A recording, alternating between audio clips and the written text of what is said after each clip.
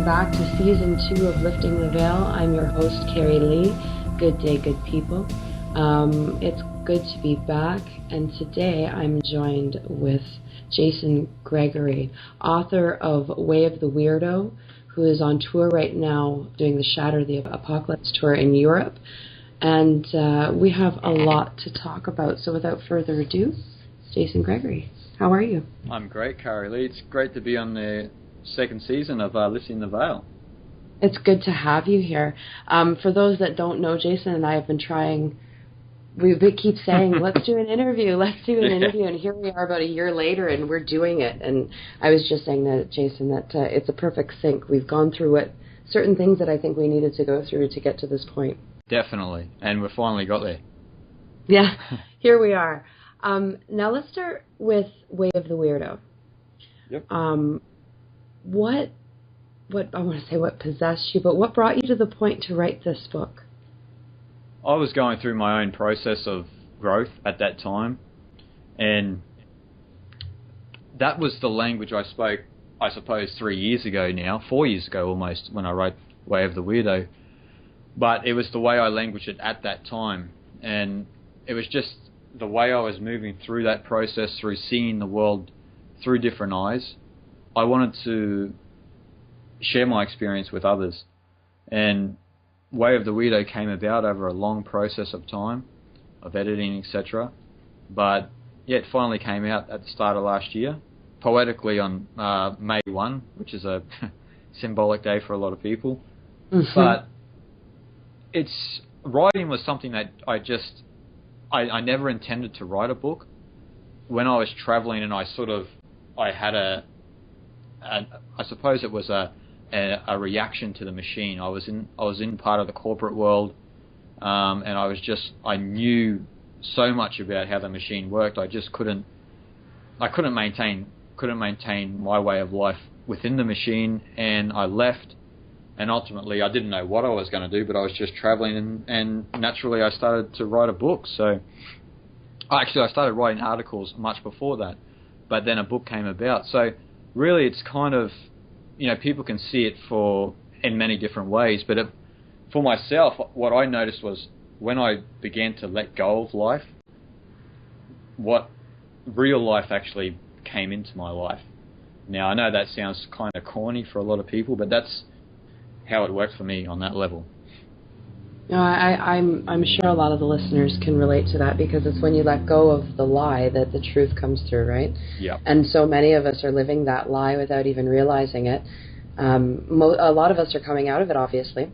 Yeah. But when you talk about the weirdo, you're talking about all of us that are sitting here questioning and going against the grain. Exactly. That's what I mean by the weirdo. It's something that's someone who is strange to the environment. So there's a lot of people out there questioning at the moment, and I just thought I love the word weirdo since I was a young boy, so I just thought it was the perfect way to language of what sort of the process we're going through. And a lot of the people out there who feel they're weird actually think they're alone, but I've traveled the world a lot, and I can tell you, you're not alone. There's so many people out there questioning authority, questioning themselves, and stepping away from the lies within and without. Oh, for sure. And it's difficult because a lot of us, as we're, I guess the term awakening, it gets used an awful lot, but for lack of a better word, when you start to become aware, you're surrounded by doubters. And you automatically feel strange, and it's good to be strange. Yeah. But at the same time, for some it can be very lonely. Definitely, and a lot of people out there, if they're not really centered in their being when they're having these experiences, they can feel lonely or they can feel isolated in a sense. But that's actually, I believe, an expression of your growth, an expression of your own evolution. Because if you were to resonate still with lies or still with the ego, you would still be bound by a world that's ridiculous, really. So you would be resonating with people and situations and governments, etc., that don't better your being. And a lot of the sages, a lot of the enlightened masters throughout time have always said that when you have your own growth, you actually reach a point of isolation. Now, it's not to be feared. It's actually a place of solitude, really, because you've reached a point of isolation. This is not it doesn't have to be isolation without, but isolation within, where you feel lonely in a sense, but at the same time, you've gained something else. You may have lost contact with particular friends or family, but if you get caught in the detail of that, then you'll get sucked back into the illusion of life. Definitely. And appreciating that alone time, and that isolation, that's that time for you to go within. Yep. And just be that in that moment and appreciate it, because once you come out of it, you realize that you're not alone. That loneliness doesn't exist. It's something that you're imposing on yourself. And that if you are given that time, there's a reason for it, because that's that time for self-reflection. Exactly. And you won't be able to see reality for what it is if you get caught in the idea that you're alone, etc. We're brought up in a society that adores success. So success is usually bound by money or by how many friends you have or how popular you are. So when you start to shed the ego, what naturally happens? You lose money, you don't have so many friends, and you become alone. So if you can deal with that and still work through all of your conditioning, etc., that you've had from birth and maybe even from past lives, then you can work through this and start to bring the real you forward, not just the concept Jason Gregory, but bring the real me forward. Yeah, a lot of there's so much lingo out there. It's your higher self. It's the you that you were supposed to be when you came here that's been programmed out of you. Yeah. We have to recognize that again. Definitely. There's, like you said, there's so much lingo around what we're talking about. But I always mention to people, just work on yourself completely. Don't worry about what's happening in the outside world. Like, obviously, be aware, but don't worry about what other people are projecting onto you, because that's only their idea of themselves as well. But work on yourself completely, because there's a lot of hidden stuff, hidden crap within all of us that we need to shine a light on within us.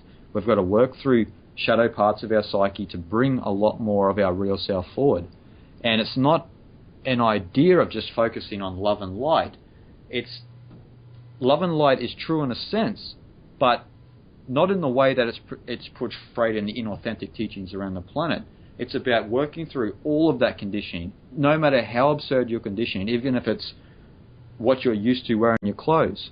It doesn't mean you have to go and change to a Bhutanese style of clothes or something like this, but just to work through why we are conditioned and why you're conditioned a certain way, etc., and bring that real Cari-Lee or the real self forward and stop perpetuating the conditioned self. That's right. No, I agree with you completely. And the idea that the love and light movement, as wonderful as it is, they're denying something. They're denying that shadow. And in denying that shadow, that's a creation of another illusion. And you're denying any chance for yourself to become complete. You have to... It's always that two halves. It's the idea of two wolves. You know, which one are you feeding? There is that dark wolf. There is that light wolf. To ignore them both or one over the other, it's ridiculous. You have to keep some type of balance and show yourself exactly who you are and not hide anything. Exactly. And that's what I feel a lot of problems, especially of what we call spirituality these days, is rooted in a lot of the inauthentic teachings around the planet. Now, I don't want to mention names, I don't want to mention particular groups or sects, but there's so many inauthentic teachings which a lot of people call New Age, but I don't want to say New Age, because New Age is actually Old Age if we're associating that to meditation or yoga, etc. But I'm talking about inauthentic teachings. Like you said, it's okay to focus on love and light, but if you're ignoring other parts, other aspects of your being, then you've got an incomplete picture. You don't see reality exactly the way it is. And that's a big problem, because what that'll produce is just more schizophrenia, more conflict within, and you'll just begin to suppress more of your shadow parts within yourself. And then they will actually, you've probably seen this as well, Cari-Lee, but when you're around a lot of so-called spiritual people, some reactions are so thick and so strong out of some individuals from the repression that they've had within. So it comes up even stronger. The more you ignore it, the more you believe it doesn't exist. Now, I'm not saying I'm perfect by no means, but I'm continuing to work on myself. That's my purpose at this moment in my life. So, and this is what I'm sharing with people. So, it's for me. I don't resonate a lot with the inauthentic teachings around the planet, inauthentic spiritual teachings, because they're not grounded. Actually, in a sense, we have a lot of cosmic teachings out there. We have a lot of love and light teachings, which, in a sense, it only aggravates the problem more. It doesn't solve. It doesn't have any healing to it. It doesn't add anything to the individual. So, all aspects of our being, if you want to get into true, authentic spirituality, all aspects of your being must be explored. And that even means the ego, because the ego and the body and the mind are an aspect of our being.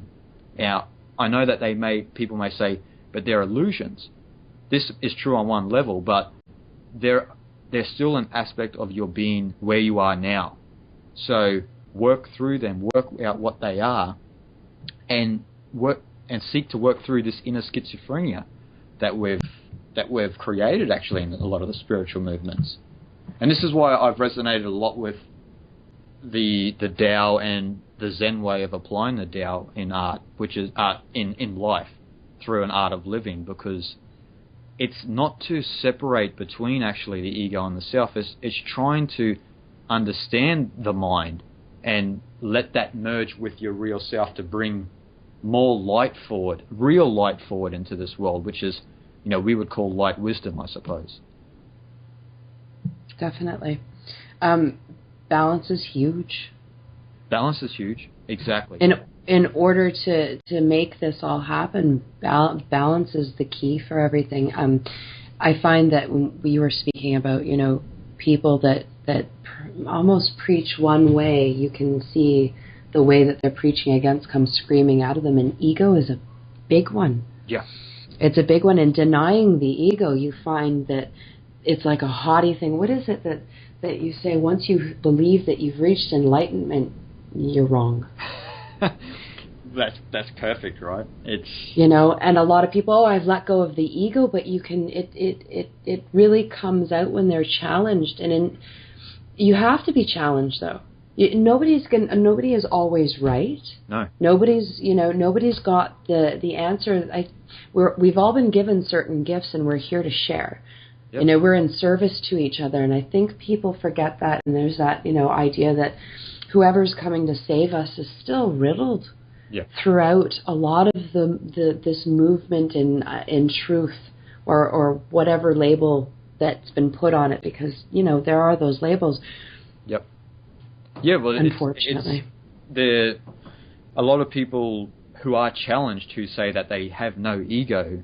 You will see the ego in action. It's not a matter of time. It's just a matter of when that you'll see that person act out of the ego.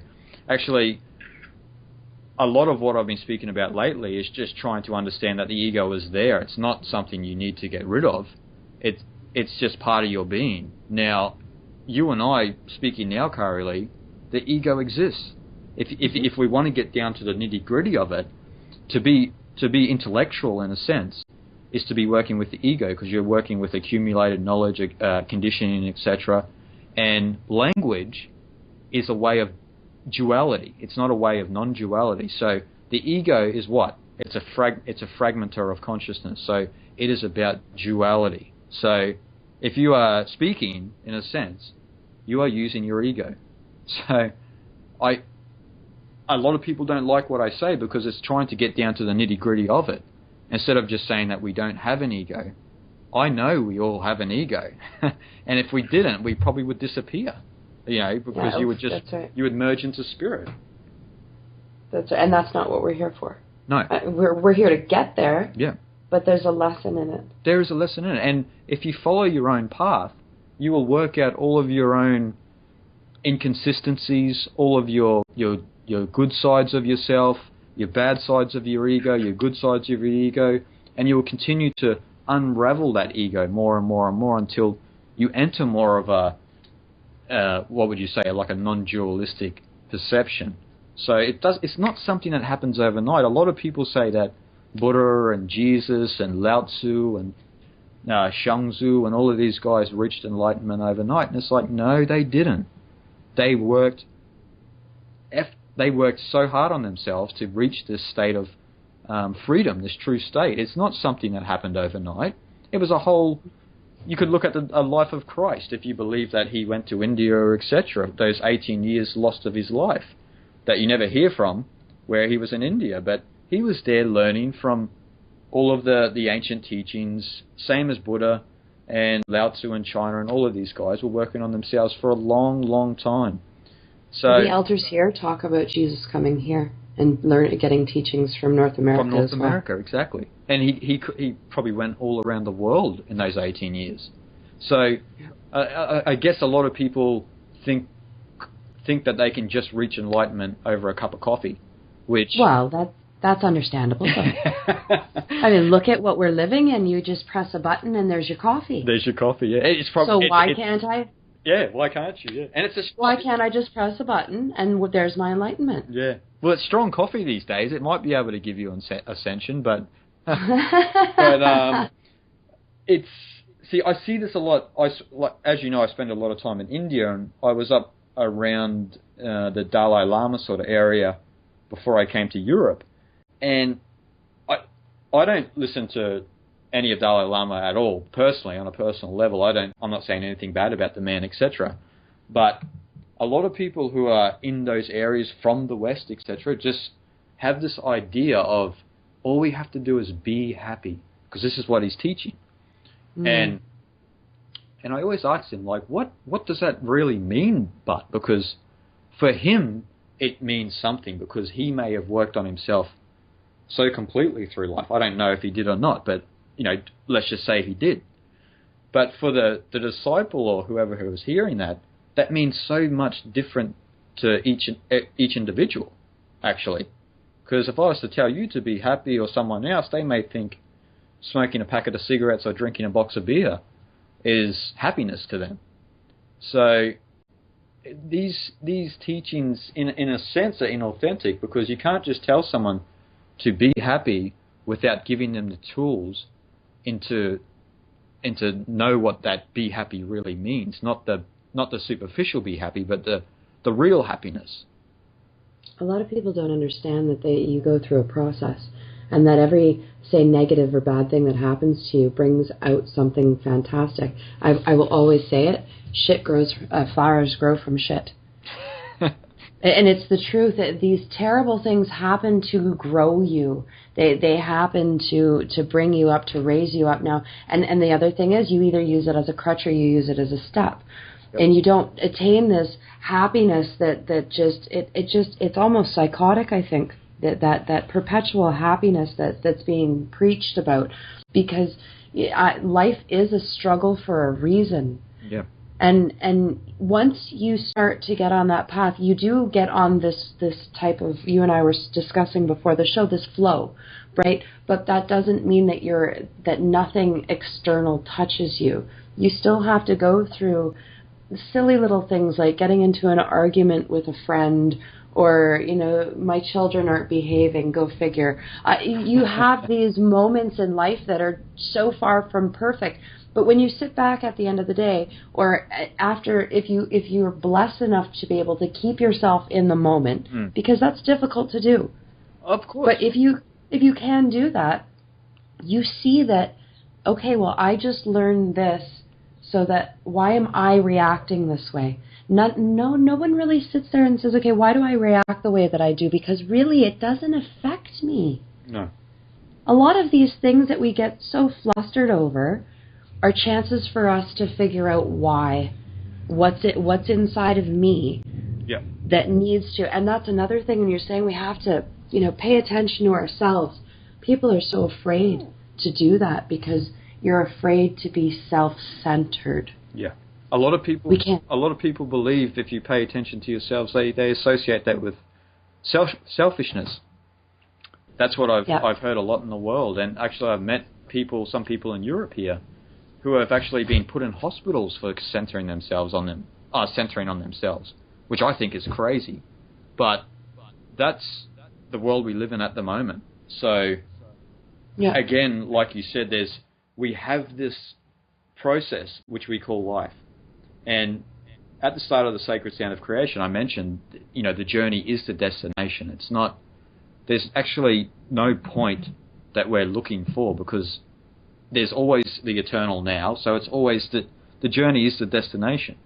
But to understand more about that, you have to go through a process of learning. You have to, like you said, go through the shit so a flower can be born.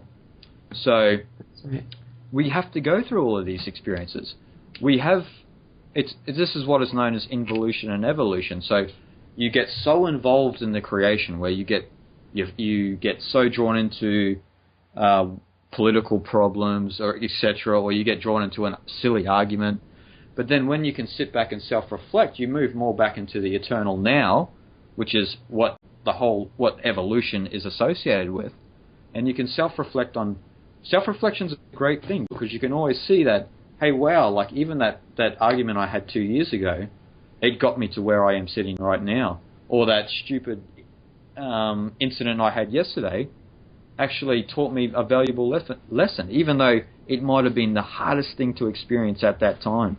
But it's a double-edged sword, because if you're not willing to work on yourself, to have these experiences and to just go through them humbly, then you won't learn anything. You'll just think that they are external experiences that were against your own will, etc., and you won't learn anything. If you can see it as an integrated whole and think, hey, wow, I needed that experience to learn patience or perseverance or something about yourself, then you're starting to see more and more deeper within yourself. We have that ebb and flow where you can be centered in the eternal now, where there's no problem, nothing in life, where you can be centered there, but then you get drawn out of it naturally, because movement actually is a part of the universe. So there is that aspect of our being as a sentient being, where we have movement, but then we also have our still point, our center. It's just an understanding of that process of how it moves and how it works with reality and the experiences you have. And the more you look into that, the more you will understand that you're actually being guided in some way through life, because you're having these synchronistic processes that help you, evolve you, and will move you into higher states of consciousness. There is no coincidence. There is no coincidence. It's when we look at the psyche. We've been talking about the shadow here today. If you want to look at the shadow or the let's have a look at the unconscious. The unconscious itself actually conspires with the material world in a sense, because everything you repress within yourself will continue to be reflected into reality, because you're not trying to work through that.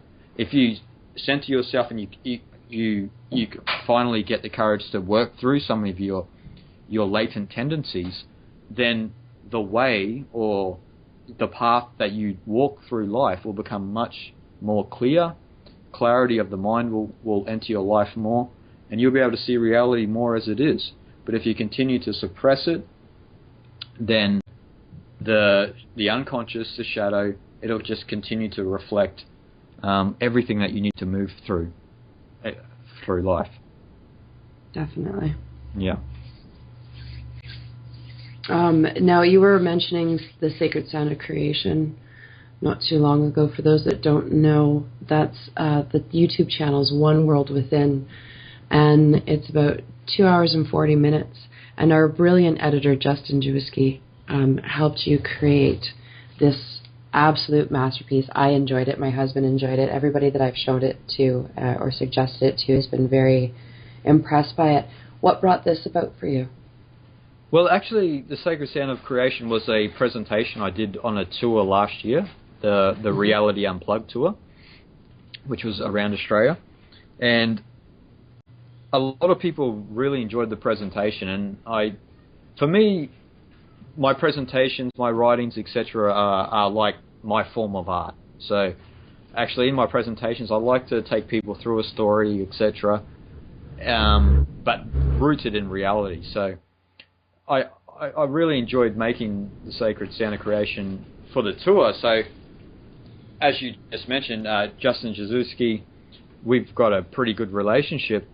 We've actually had a pretty good relationship for about a year now, and he's a great filmmaker, musician, and I mentioned it to him if it would be something of interest, and actually without him, the Sacred Sound of Creation, the film, would have never been created. So I've got to applaud Justin there and thank him for all of his work that he's done for me, because he's an unbelievable individual, as you know, Cari-Lee, and yeah, we're very blessed to have him in our lives. It's part of the artists that are gathering. We're all artists gathering, and something that Ben Stewart had said is that it's the artists that are going to be changing this world. And it always has been the artists really that changed the world, because they always, we could even look at the shamans of the older times. They were actually the artists of the time. So it's a new form of artist, obviously, and Justin's just one of those amazing individuals on the planet who are producing beautiful art, and what I love is he has so much selfless work. He has a devotion to truth, and just an inspiring human being. And he wants to help us. Like anybody, I don't know how many times I've thanked him so much for what he does, and he's like, thank you, because I'm able to help get these messages out, and that's all I want to do. Is I want to be. He understands that he's a conduit. Yeah, beautiful. As we all are, we're all supposed to be. The reason I started up the show was so that I could continue on what I was learning and share.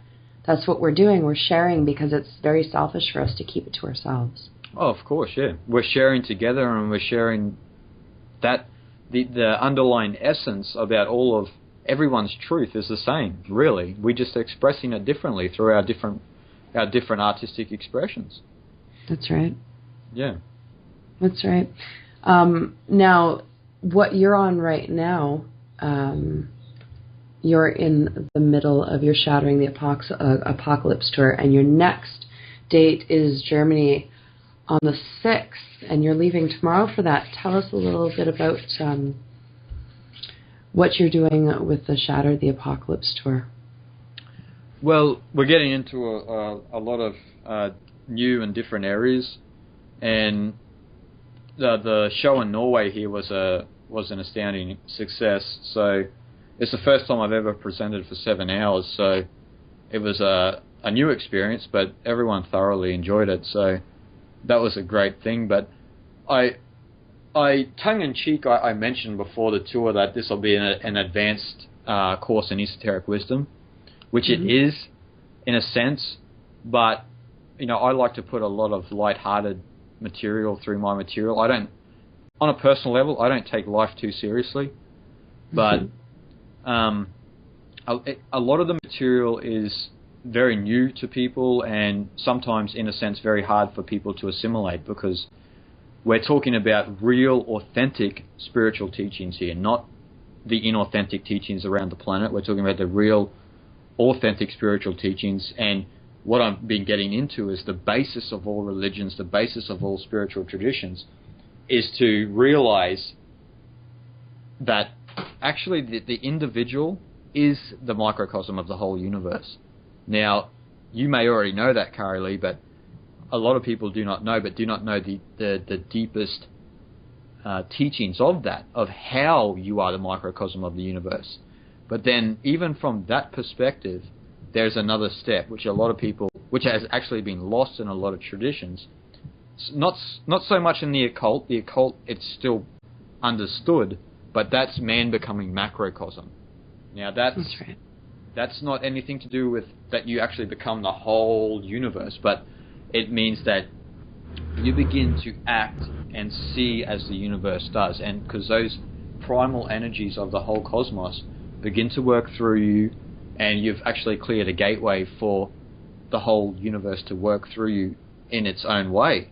So that's sort of what I'm getting into. That's by no means not all of it, but that's the key point on how to understand man as macrocosm, not man as microcosm. That'll be part of it, but man as macrocosm, because it's only then where, in truth, where real evolution takes place, because the individual being the reflection of the universe begins to evolve. Now that evolves the whole creation. A lot of these are hard truths for especially the West to understand. In the East, this is common knowledge. But in the West, these are hard to understand because we associate evolution with progress in the external world, when actually the whole universe is always changing. So the law of change states that everything will change, but only very small changes will happen. Which is as what they speak about in the I Ching, which is the book of changes from China. They speak about the cosmos itself is only small changes. It's not, you don't have these massive leaps in understanding, etc. Like you said, Cari-Lee, it's a process, it's a journey on an individual level. So you can't just go from A to Z. You need to go through B, C, D, E, etc. So but man as macrocosm is understanding, is actually the evolution of the individual. It's the evolution of perception, and it's understanding that on one level of life there is chaos, but on a higher perception, a higher cognition, a higher attunement of consciousness, everything is actually the way it's supposed to be, because everything's just a dance of vibration and you're part of that. Now a lot of people associate that, exactly what I just said, with the inauthentic spiritual teachings, but like you said, it's a process. So only those who truly see from that level can truly teach people, can truly share their wisdom, etc. And this is the whole difference between a warrior's consciousness and a sage's consciousness, because a warrior's consciousness is associated with the ego, so they always want to fight. They never want to know their own being, their own existence, while a sage chooses to actually, in a sense, leave society, not because they're escaping, but leaving in the understanding that if they work on themselves completely, they will reform the society from becoming that enlightened being. A lot of these teachings have been lost throughout time and actually have been warped, and actually it's disgusting in a sense, a lot of these teachings have been changed in the inauthentic spiritual ways of Earth at the moment. But this is a lot of what I'm getting into in Shattering the Apocalypse tour. Do you get into the idea that a lot of it's been changed by individuals in particular, because they're trying to, the grand facade of hiding it from us? Definitely. We live in the age of ego. So the age of ego is about whatever's profitable, let's take advantage. So if you've got tyrants on top, if you've got people who are on top of the heap above the masses, they're not going to give you the full story. That's just the way it is in reality. They're not going to tell you who you truly are. They're not going to give you that secret, because that ultimately leads to freedom. So what will they do? They see that actually, as we go through this time of transition, that spirituality, conspiracies, etc., or all alternative ways of thinking are profitable. So let's capitalize. That's just the mode of consciousness that the ego is. Yeah, and we're in a very, and it's been for so long, a very fast food, religious, spiritual, whatever. We're in a very, very fast food, spiritual culture that wants instant, that instant gratification. Yeah. And with spirituality, as you can't have, there is none of that. There is no snapping your fingers. There's no wiggling your nose. No. it comes back to it being a process. And a lot of people, I find, reject it because it just is too much work. And the society that you have before you is just so much more convenient somehow. I like how you said fast food spirituality, because I never thought about that. I've been calling it cafe latte spirituality, but it's a lot like that. It's a topic for discussion amongst people, but then it's left into the bookshelf. It's not something that's a constant process, like you said. For me, meditation's every day. That means I wake up and I'm conscious of the stories within my mind. I don't just have a moment where I'm okay to dabble in ridiculous stuff. My life is centered in this stuff, so it can be a hard process, because you've got to work through a lot of your latent tendencies, a lot of your crap that you've developed over your life to reach high states of consciousness. You can't just read The Secret and draw up a what do you call it, a vision board, and think that everything's going to change. In a sense, that does nothing. That does nothing. A lot of people have said to me around the world when I've toured, if the law of attraction is real, how come what I want doesn't work? What I want doesn't manifest? And you've just got to root it back into the psychological state, because I just asked them, who wants it first? Is it your ego that wants it? Do you want that new car? Does your real self really need a new car? Does it need a bank check? And no, it doesn't. So when you understand that, that means that we live in a soul deity reality, not an ego deity reality. So if you haven't aligned your whole being, your whole existence with the universe itself, then you cannot create your own reality. You cannot work with the law of attraction, because because then you are working with your ego, which actually does not exist. It does not exist. It is not part of the alignment of the cosmos. So if you're not centered within yourself, then good luck in trying to create your own reality, because it will not happen. Well, and there's more to it than just putting some pictures on a board and writing some pretty words and looking at every day too. A lot of people, I find, that they'll want to manifest it, and that's as far as they go.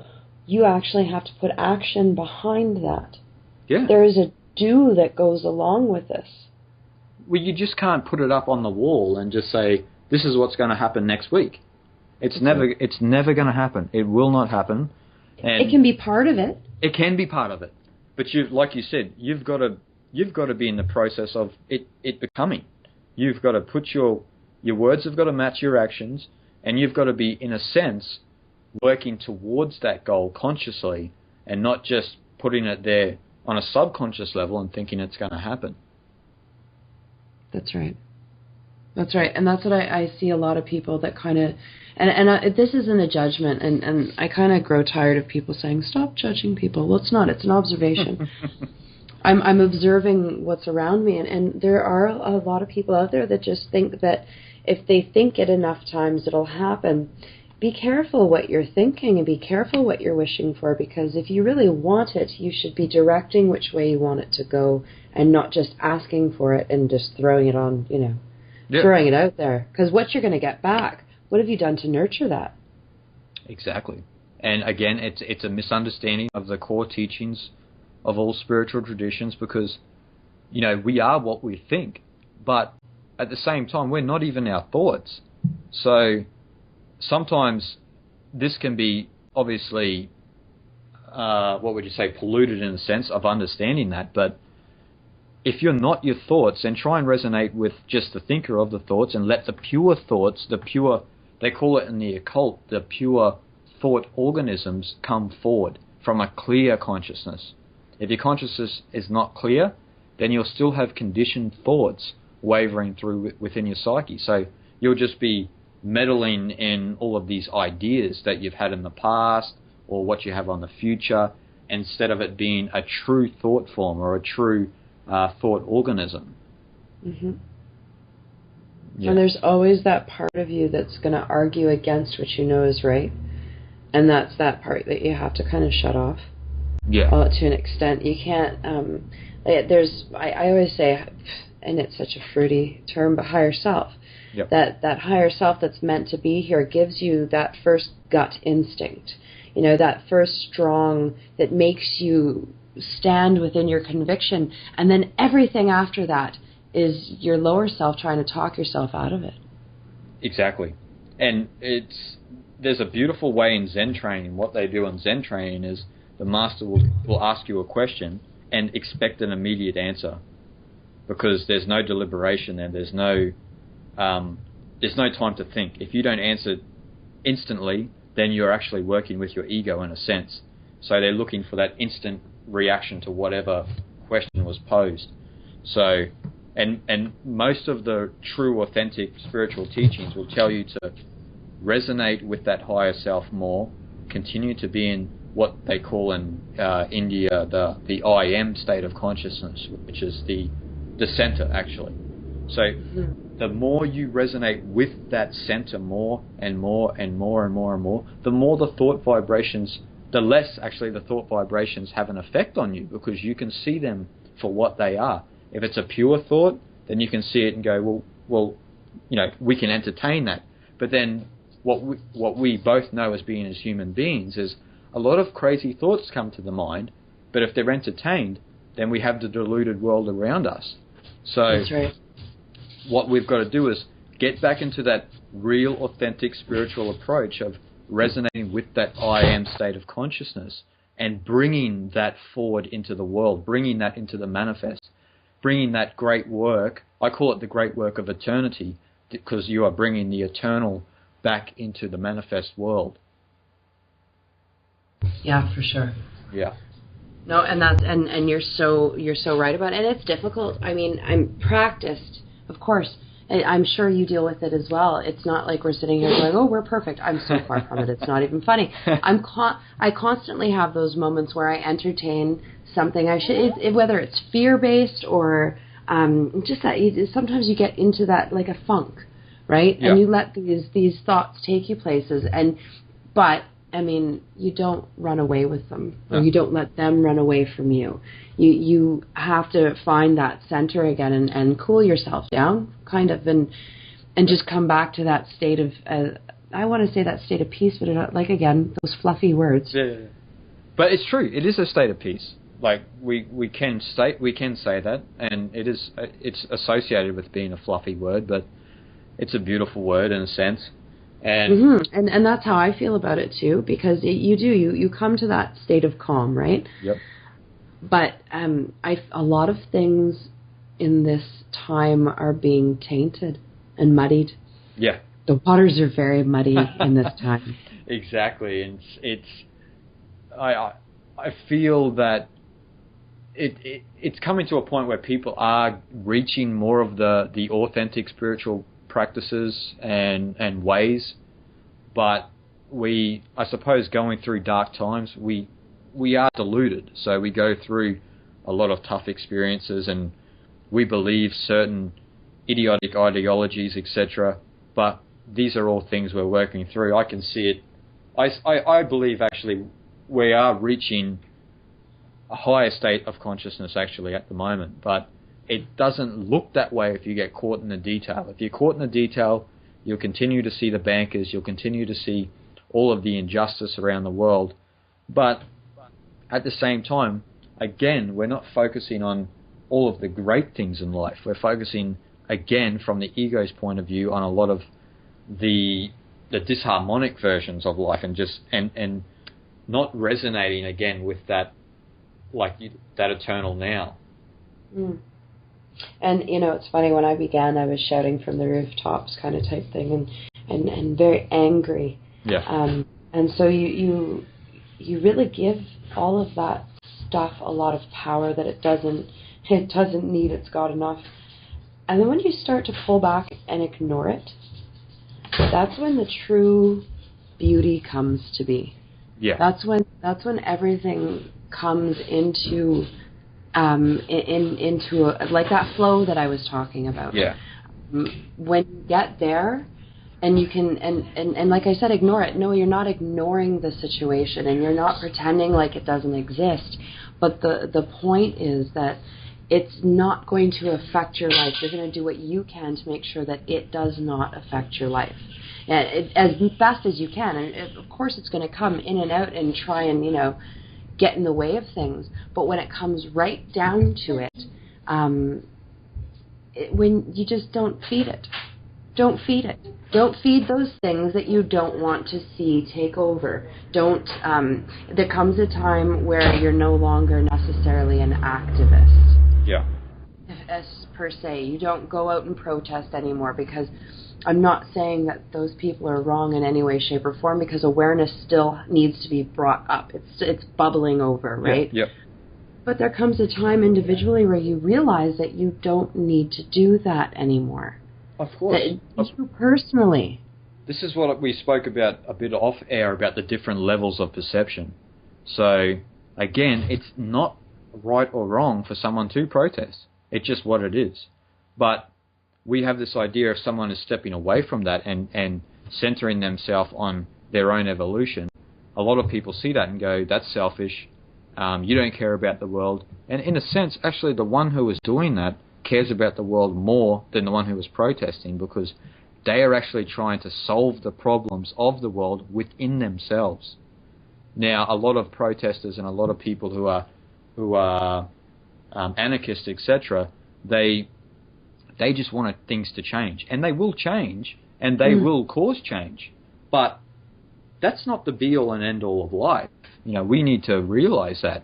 I've been, like you said, Cari-Lee, you've done that. I've protested before, of course, as well, but I'm not there now, and it doesn't mean I'm good or bad or right or wrong. It just means that I see a different reality than what I saw 5 or 6 years ago. So, and a lot of this can be put back into that narrow box of the inauthentic spirituality, where you can just ignore the world and it'll change. That's true in a sense, but not the way that they portray it. No, exactly. But you can't pretend it doesn't exist. Yeah, you can't pretend it doesn't exist, and don't let the mirror hurt your eyes. This is what I told a lot of people on tour here, because I showed some footage, etc., that a lot of people didn't want to see, because it was about the world and about how the world is now. And a lot of people said, I don't resonate with that because I just ignore that. And it's like, well, you're actually ignoring an aspect of yourself, because this is the mirror. Now, it doesn't mean that you have to go in and get involved in it, but don't ignore it and pretend it doesn't exist, because it exists. But the more you can resonate with your true within, your higher self, the more you don't need to be drawn into that chaotic world anymore. And like I said before, this is the whole thing with the sage's perception, because it's a different level of magnification. They can see reality as it truly is, as a growing, living, breathing organism that is just growing in and out of itself, in and out of itself. It's a natural organic system. But what we see is cities, Illuminati, 9/11 was an inside job, the banking structure, etc. So we get caught in the detail, but we don't see this organic system growing in and out of itself, which is how it truly is. Definitely. Something that you had said earlier between the warrior and the mage, or the sage, sorry. Yep.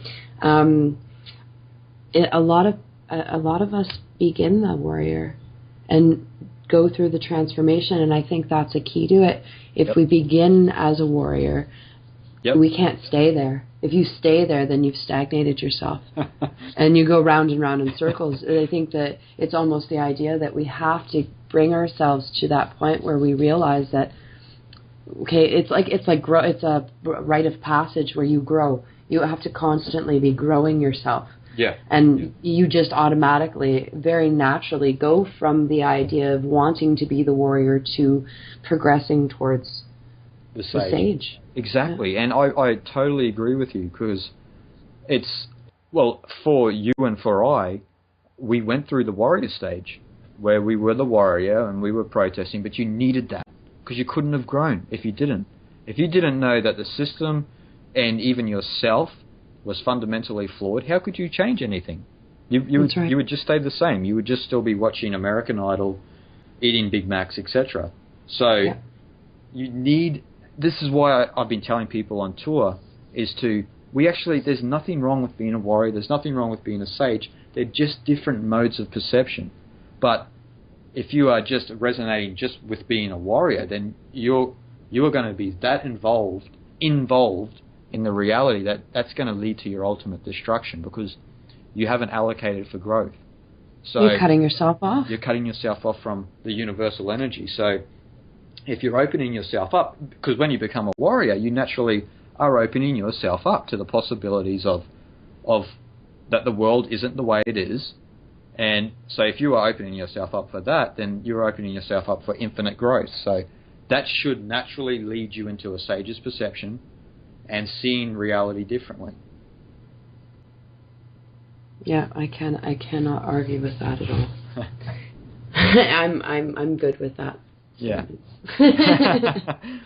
But it's part of the consciousness at the moment, and a lot of people, especially from, I guess, the warrior's perspective, they do not get why people want to evolve themselves. Now, they only get that when they start to evolve themselves. So, you know, it's nothing that I can explain to them. I can try and do it as best as I can, but it's almost like the eternal dialogue between Lao Tzu and Confucius. Confucius, for years, he understood Taoism. He understood what Lao Tzu was teaching, but not fully, because he kept trying to reform the political structure, the cultural paradigm at that time, when Lao Tzu was saying, a tree doesn't need a structure, a river doesn't need a structure. They just grow out of themselves. So stop trying to force reality and step back and let reality be as it is. Yeah. No, it makes so much sense. And it's very, very hard for us to do because we're so used to controlling everything. We all have these control issues. Definitely. And it's actually a childish thing, isn't it? The control issues that we have on a psychic level is actually childish in a way, because we want to control people. We want to control our parents or our brothers, our sisters, our children. The weather. The weather. It just comes down to everything. Yeah, it comes down to everything. That's a massive extension of the ego. The weather. Like, how can we, we are attempting to control the weather, and I think we are to a certain extent. But, for me, that's again the deluded mind. So. Yeah. Definitely. Well, I remember when we first had our daughter, and people saying, you have to get her on a schedule. It never made any sense to me. She'll eat when she wants to eat. She'll sleep when she wants to sleep. No, you have to schedule her. That's so unnatural. Everything about it is naturally, just like, the breast feeding conversation, all of these things that are very natural, we've been... Well, the idea that we live in such an upside-down world, yep. Black is white and, back is front, and it just, we have to go back somehow to that, it's like, do what feels right, as long as it resonates on that level that is, is right. Yeah. And go with it. And if you stop putting yourself on these time constraints, because time, isn't that a tricky thing? Yeah. But these constraints that we've put on ourselves and this regimented, another thing about finding our spirituality, it's so hard, and I say, this fast food spirituality, because what else are we allotted time for? You actually have to disconnect and make a conscious decision to do so in order to make this work. You have to let go of things. We were talking about this before the show began, that you lose a lot. You lose, but you're not losing. You're letting go of things that don't serve you anymore. Yep. So that you have the ability to invite the things that will. Yeah. And use them to the best of your ability to move forward. And as they no longer serve you, they may serve you forever. I'm not saying that it's not like you're using things, but that's what we're here for. We're here to serve each other. We're here to, to give and take, and we're here to recognize when things aren't working for us anymore and humbly move forward. Exactly. I couldn't have said it better, Cari. It's if we just begin that process of letting go of the lies, letting go of what's not real, but again, remember that there's nothing right or wrong. So if, in a sense, you're in a situation where you have children and it's harder to leave the machine, there's nothing wrong with that. But make small changes in your life if you want. I'm not saying you have to, but make small changes in your life to move slowly away from something that's fundamentally sick. It doesn't mean you have to fully move away from it. We all still use it in a sense, every single one of us. But if we're conscious enough to work through this process, this time of transition, to slowly move away from what's false within and without, we will change the world. But it's not going to happen overnight. And this is what's going to better our children, actually. That's right. Well, I can say I'm living it. Yeah. It began for me where it was just little things. You know, you take away you throw away the microwave, and you stop drinking tap water, and you're not using fluoridated toothpaste anymore. Yeah. And one thing turns into another thing, and another thing, and it's this huge ripple effect until all of a sudden you are that, wobbly cog in the wheel. You are that. You do leave, and you leave more and more and more, because it just naturally, gradually comes. That this is just from my experience. This is the path I've chosen. And my biggest thing was, and I've said it, and I've heard it from others, and like I said, I've said it. I have children. How do I leave society? What do I give to them? Yeah. How do I leave this mess, and what do I do? And as my husband and I just started implementing little things.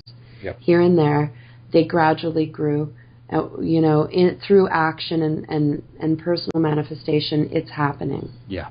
And like I mentioned before, all organic systems usually grow in and out of themselves. So all that's happening is the fruit and the vegetables of this machine that have kept it alive for so long are growing into new fruit and vegetables. That's all that's happening. And I mean human beings when I mention that, because we're not going to get a fundamental change of the machine. The bankers aren't going to go to jail straight away. None of this is all going to happen. It's going to be us changing ourselves, changing the environment, and that's going to make it grow out of itself. And like I said before, this, like you said, everyone's situation is different. So if you've got children, etc., it can be hard. And for example, I'll give you one example of a situation in India where there's, I don't know if you know Auroville, which is a intentional community in southern India, but at Auroville there's a lovely man, and he's Israeli, I believe, and his daughter, he's grown up in he's been in Auroville for quite some time, but his daughter has grown up in Auroville for that whole time, and she's had no education at all. But spiritually and emotionally and physically even, she's so in tune. She's such a beautiful young child, and she's almost like an adult at the age of 13. But there's one thing missing. Now, I don't want to support the machine at all, but this is just to show you there's nothing good or bad, and everything's supposed to be there. She hasn't learned no education and nothing like that, and she doesn't know reading, writing, anything like that, arithmetic, etc. And I'm not saying that's right or wrong, but a lot of people, if they were to think about their own children, would probably think that's horrifying. So I just wanted to mention that to show you in a way that the machine has been there to serve us a purpose for a certain amount of time.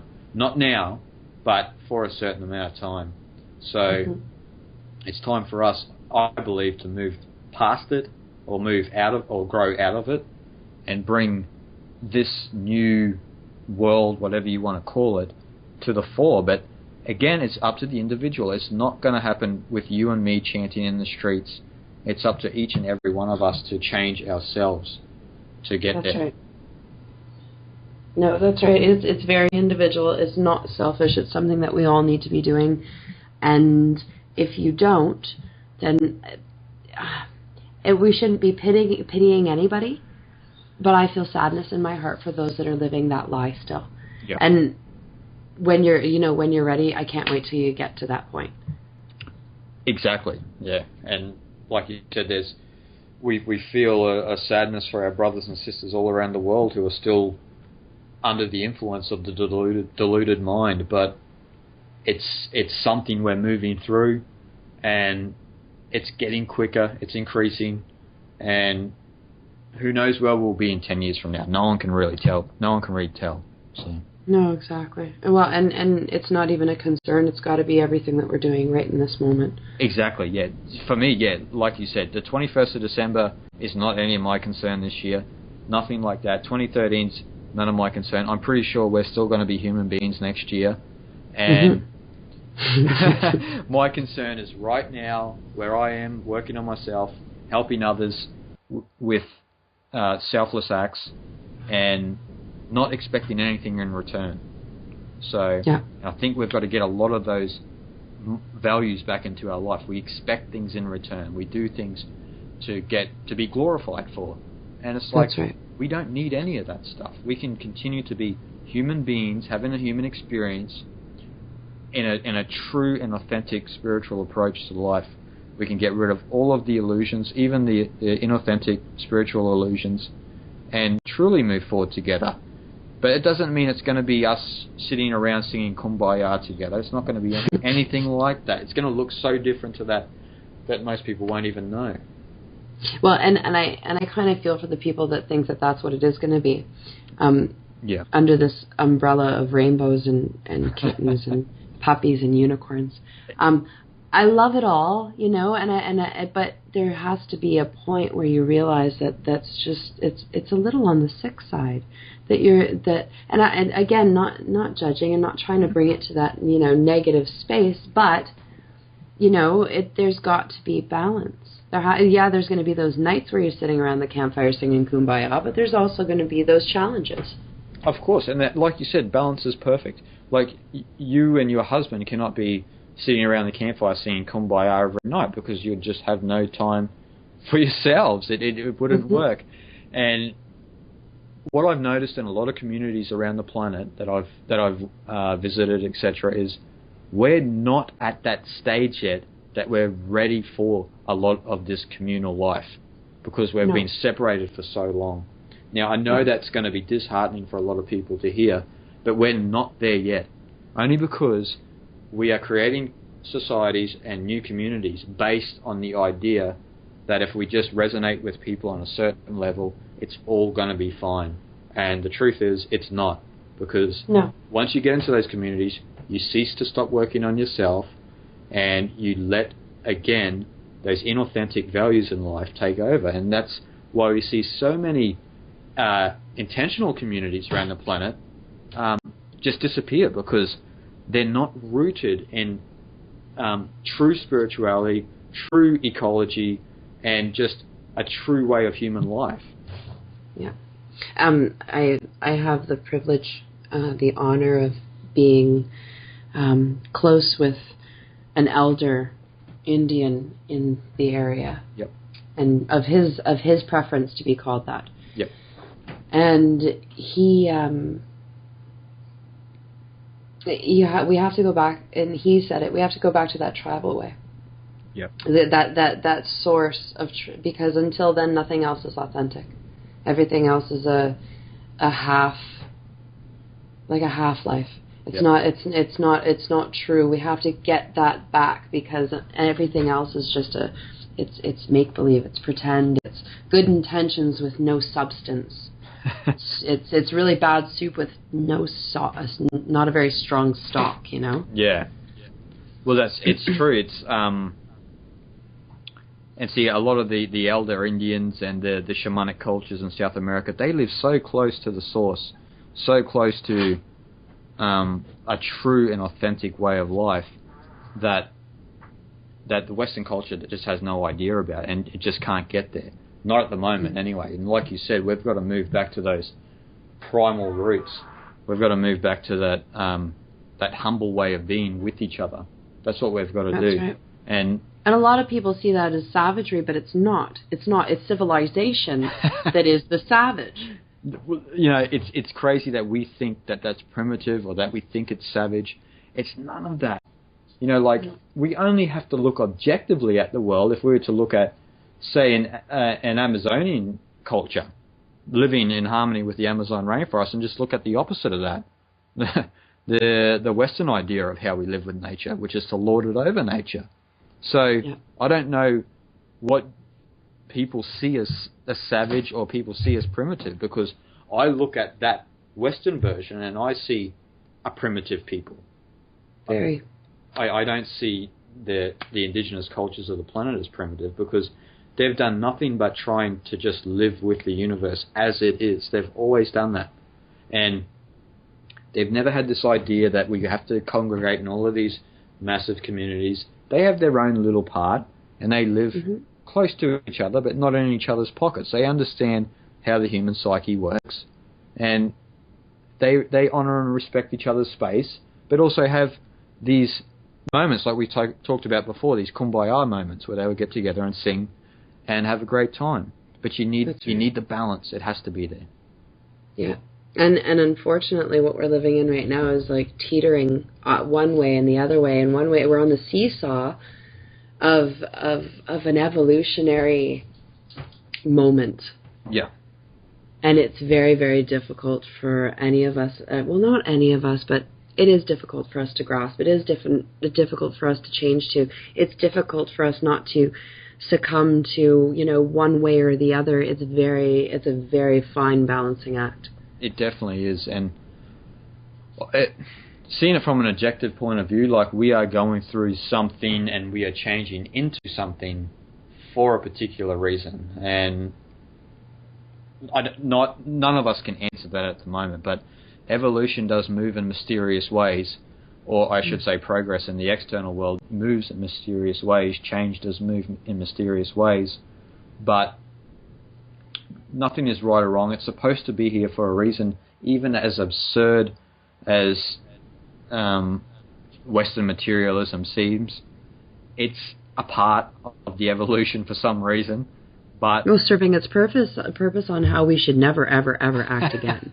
Well, see, that's perfect, because actually if we didn't have valleys, we wouldn't know what mountains are. So there's a truth in that. So we need to go as far out from our centre to see who we truly are, I suppose. So we've done that, and we've done a pretty good job at doing that. So, and now we're realising that, hey, this is not right, or this doesn't feel like truth. So let's go back to that primal core within our existence, get back to those primal roots and resonate with the earth in itself more. That's right.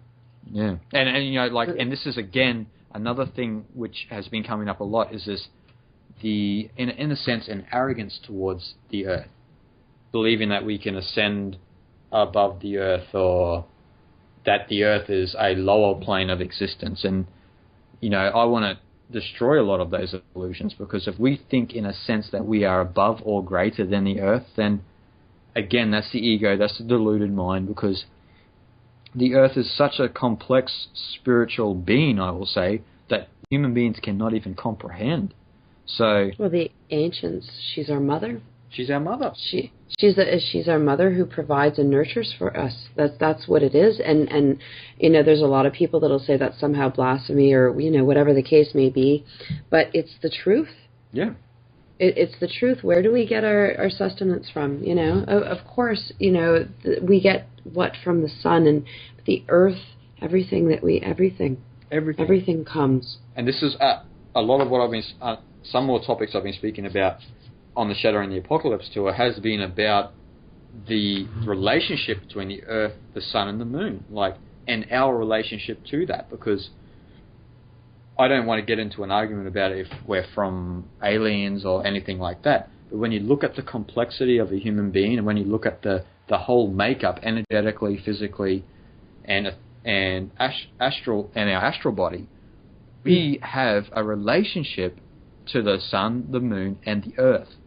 Because if we were to take, say, a female away from Earth, what would happen to the cycles of the woman. Yeah. Could she survive, and could a man survive without the influence of the moon on consciousness? And the truth, the ancients called the woman's cycle. It's the moon cycle. It's the moon cycle. And see that, and this is the thing. This is what I've been mentioning a lot, to try and dissolve a lot of these cosmic ideas that we have, that we are going to ascend, or that we are from some star being, etc. Because I'm not saying that we're not, but we have a direct connection with this planet and the sun and the moon, and not to mention every other planet in the solar system. But it's here for us for a reason. Of course it is. And we cannot have an experience without the Earth. So I don't know any of my past experiences. I don't know if I'm from Andromeda. I don't know if I'm from the Pleiades. All I know is where I exist now, and I exist on planet Earth. So, and this is home, and that's the thing. This is our home. Yep. And this is what gives us everything, and this is what we should be loving and putting our love into and nurturing. And this is my first show since the winter. Everybody needs to be working in the dirt. Everybody needs to be planting. Everybody needs to be communing with her, because she'll give back to you. Yeah. And I'm grateful every day that I have the existence on here. Like, even if I walk through a city, which is like a matrix, I'm still grateful, because I know that that's out of the earth. That everything, every piece of architecture, every piece of even moronic piece of architecture, I'm grateful for, because it's of the earth, and it's out of the earth, and it's part of my experience. So for me to think I'm above it, or even better than it, is actually ridiculous in a sense, because we are part of nature, and nature is us, and that's the earth. So, and even if you want to look into Chinese philosophy, they have such a deep understanding of the relationship between the earth and the cosmos, and understanding how yin and yang energy work through the human vessel. So the human being the instrument between earth and heaven. And, that's right. And so when you look into that, then you can say, well, actually, I belong here. I'm not from somewhere else. I'm part of the cosmos, but I belong to planet Earth right now. I think some people, they know that they're here with a greater purpose, and they get muddied and trapped into a lot of snake oil salesman pitches that they just that they lose the mark. And I think that's something that we have to work on, realizing that, yes, you were here for a purpose. You did make an agreement when you got here to do good works, yep, and to serve. And I don't mean, and people might take that the wrong way, that, I want everyone to be a servant, but yeah, I do.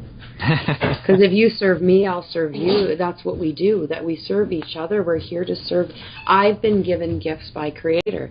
Yeah. My gifts are no better or worse than yours, and my gifts serve a purpose. Your gifts, bless you, your gifts serve a purpose. We all serve a purpose, and we can't think negatively towards it. We can't think that we're not enough, that we haven't been given enough. We have to appreciate what we're here to do, what gifts we've been given, and grow ourselves. Exactly. And like you said, serve each other, but it doesn't have to be... it's not subservient. No, not subservient. Exactly. That's the perfect way to put it. You can serve someone in any way. You could say a beautiful comment to somebody during the day. That has done some service to all of creation. It doesn't have to be. You don't have to go and lord it over people and tell them how it is. You can just be who you are, and in that you actually are serving people. Mm-hmm. Yep. Well, I am enjoying this conversation thoroughly. How are you doing for time? Yeah, I'm great. Good. Let's get on a little bit with your next tour, your next date. You've got the 6th coming up, which is later this week. Yep. And then your July 14th, you're in England. Yep. Talk about those two venues a little bit. All right, cool. Well, in Germany, I'll be speaking on the 6th of July. So that's actually going to be at a festival called Freaks of Nature Festival, which is very nice. it's kind of ironic that I'll be speaking there, but it's not freaks as in Freaks either. It's freaks as in frequency, so FREQS. So that it's a little play on words. But I'll be speaking there, and that'll be in the culture section of the whole festival, because it is a music festival / artistic festival. So I'll be speaking in the culture festival. For everybody, sorry, just 1 second. For everybody that might be wondering, you can go to www.freaksofnature freqsofnature.de, and I'll have a linking it up in the description underneath the show, so people can go and check that out for all the dates, for all of the websites, and how to get in touch with Jason Gregory. All that will be available for the listeners. Good, continue. I'm sorry. Excellent, and it'll be in the culture section, and it's not going to be a full day workshop in Germany. I'll be just presenting my new presentation, the axiomatic stone of the crystal mirror, which we got into a little bit about before, and from there I'll be speaking in England on the 14th of July, and that'll be in the Oxfordshire. And that'll be in a town called Goring, and that's looking to be a big show. So we're hoping many people can come out, maybe even from London, because it's only 30 minutes from London. But that'll be a full day workshop. So that'll be like what we had in Norway just a few days ago, where it will be a full 8-hour day. So me presenting for about 7 hours roundabouts. So. Yeah, I hope to see everyone out there, and it's a great day, and it's of a good value. So. And it's good to connect with like minds.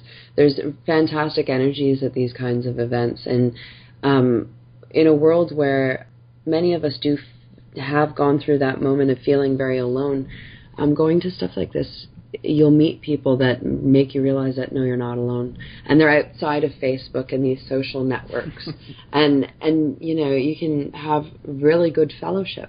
Exactly. I love actually doing these events. I love touring. I love meeting new people, and just like you said, you meet people that you never thought you'd ever meet in the street, but they're just your average Joe, but they are into the same alternative information, knowledge, or anything, and you can resonate on a really good level at a lot of these events, and again, it's good to see that it's something that's growing outside of Facebook, outside of YouTube, outside of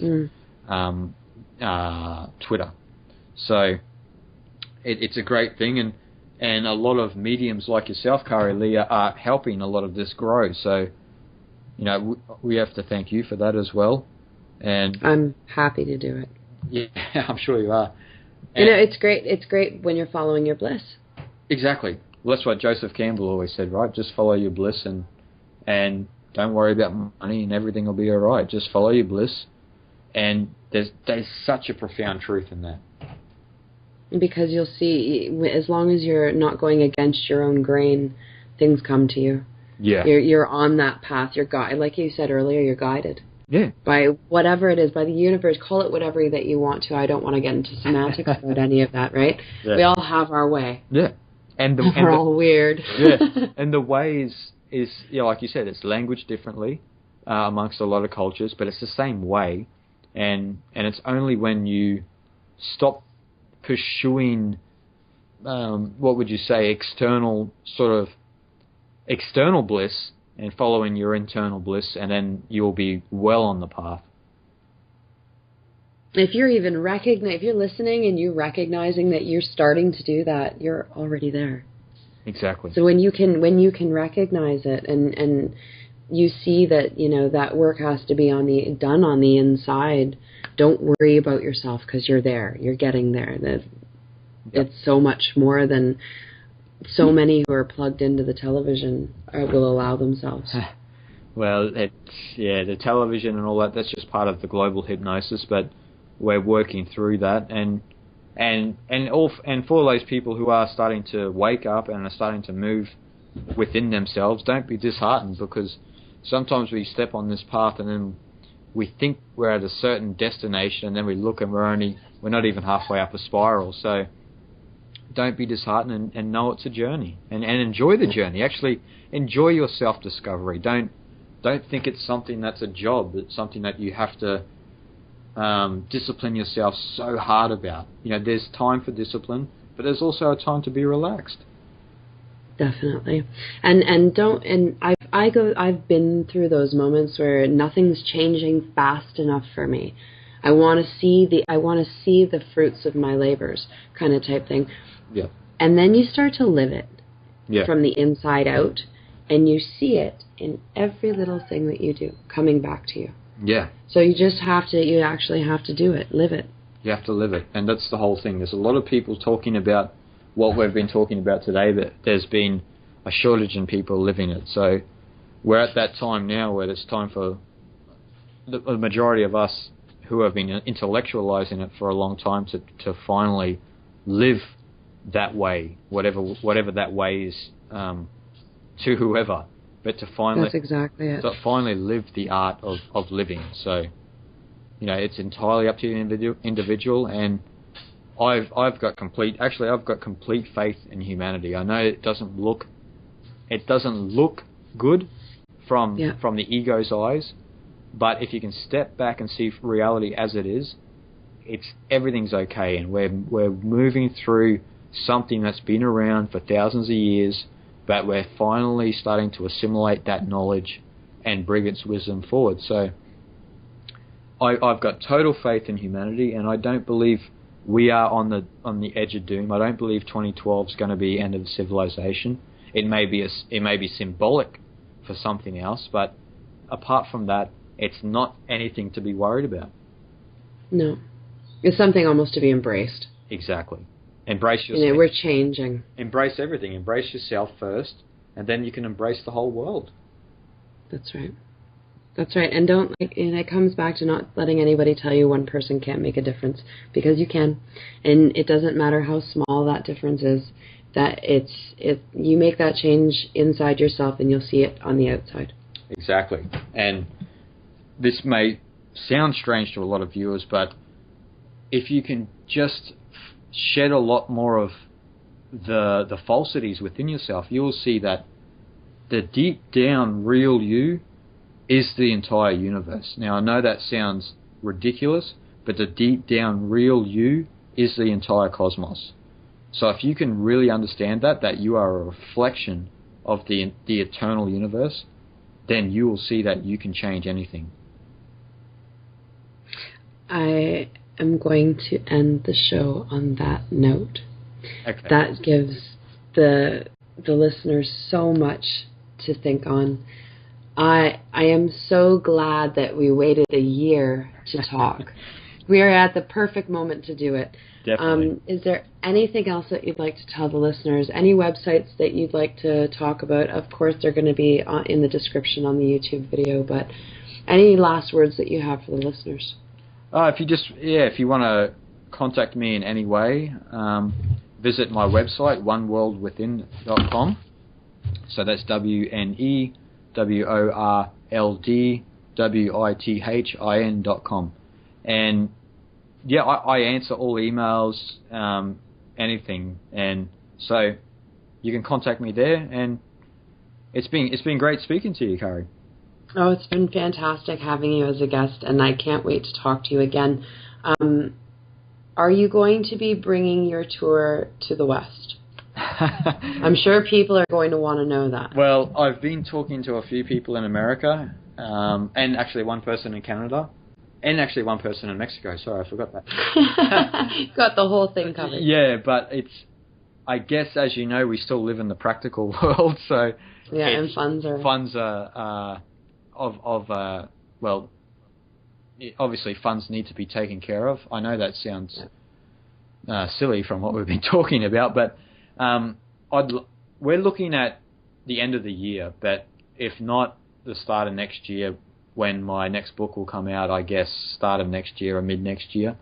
But talk about that a little bit, quick. Well, I don't have a name for it quite now, but I was working on it a lot until the tour started, and then I started working on a presentation. So it's basically getting into a lot of what we've been talking about, but even more. And excellent. It's basically about what I mentioned, the great work of eternity, bringing that eternity into the manifest world, whatever that is to you and whatever language you want to put it, and understanding how the way operates to the individual and how to sort of to know you're on the path. But that's a very broad description.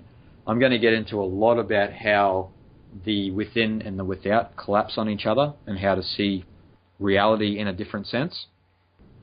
And yeah, so I've been working on that, and I'll be working on that again after the tour. And yeah, so I'm really looking at North America for the end of the year. So if there's anyone out there who wants to contact me, then don't be afraid. I answer all emails, and I'm open to suggestions, actually. So I obviously would like to come out for numerous shows if I could.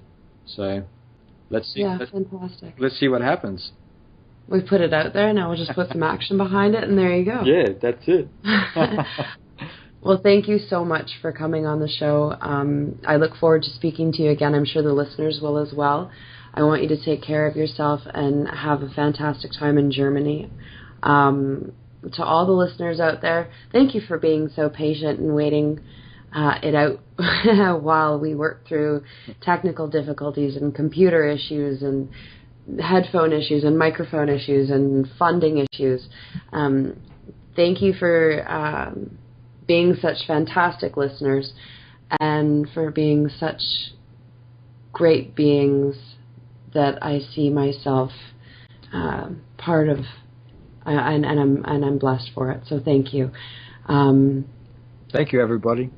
Yeah, have a great day, and whatever you're doing, whatever time it is, just make sure that you're being true to yourself. You've been listening to Lifting the Veil. I am your host, Cari-Lee. Have a great day.